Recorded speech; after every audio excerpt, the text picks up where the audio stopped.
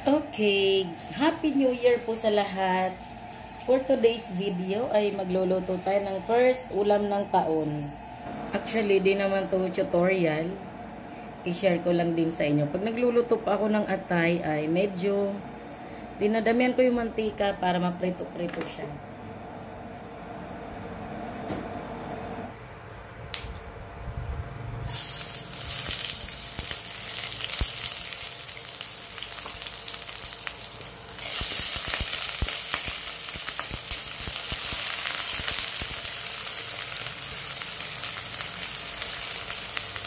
Ilagay na rin yung luya. Bango.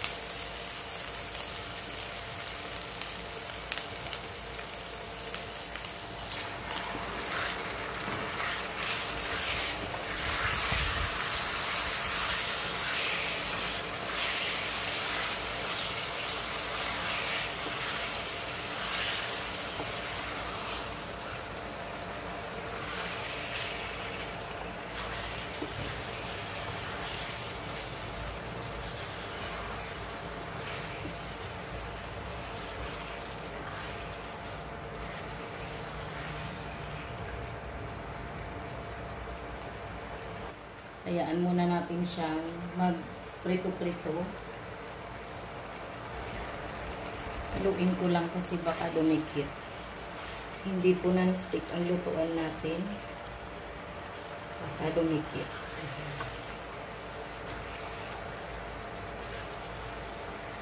Naglagay ako ng luya para alam naman natin pag atay ay malansa.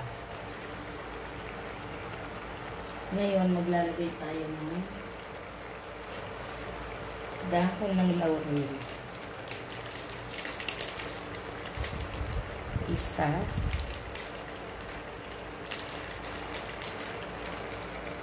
Tatlo lang.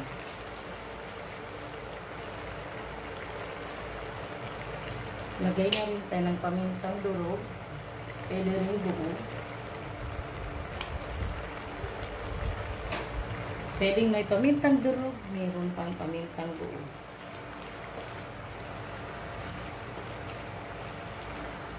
Ayan, lumalabas na yung kanyang tubig.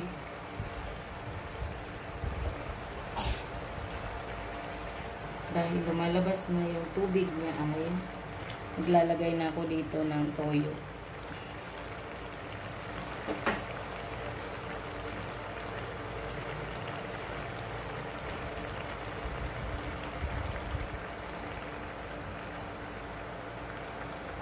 Tuyo.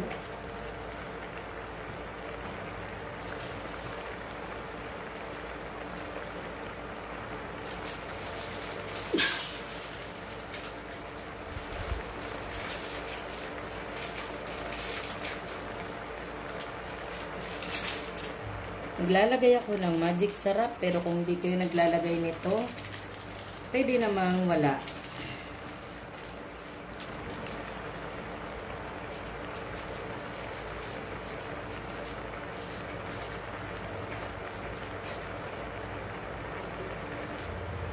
Para manamis-namis, ay maglalagay tayo dito ng sugar. White sugar, yung available akong meron.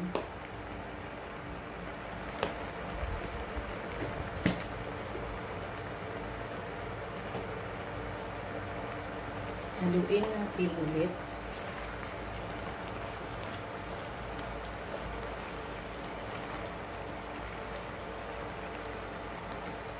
Ayan, hilaw pa siya.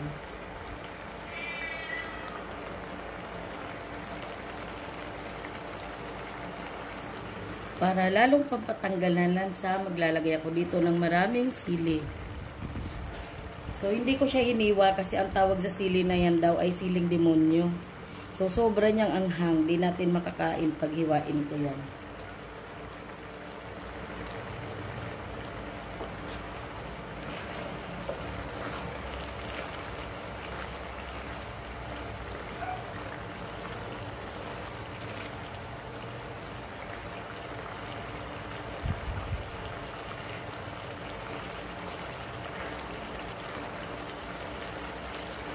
So, dahil tinikman natin, kulang pa siya ng konting asin.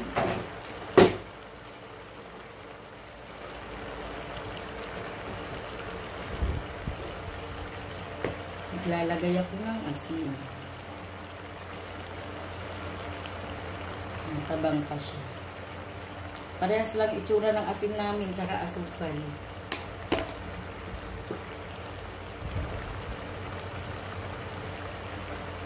At lalagyan na rin natin siya ng suka.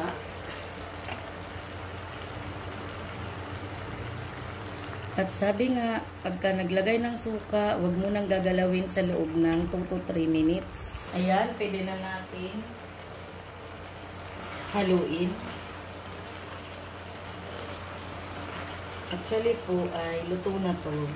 Bawal din naman kasing i-overcook ang atay. So, luto na to. Off na rin natin.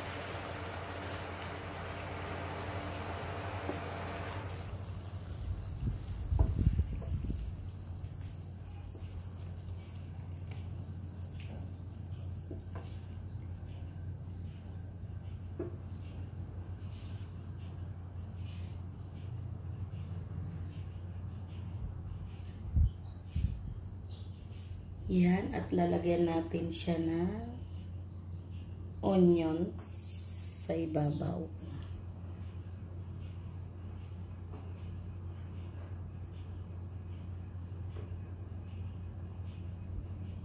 Yan, luto na. Kain tayo. So hanggang dito na lang po muna yung ating video. Thank you so much po sa palaging panunood.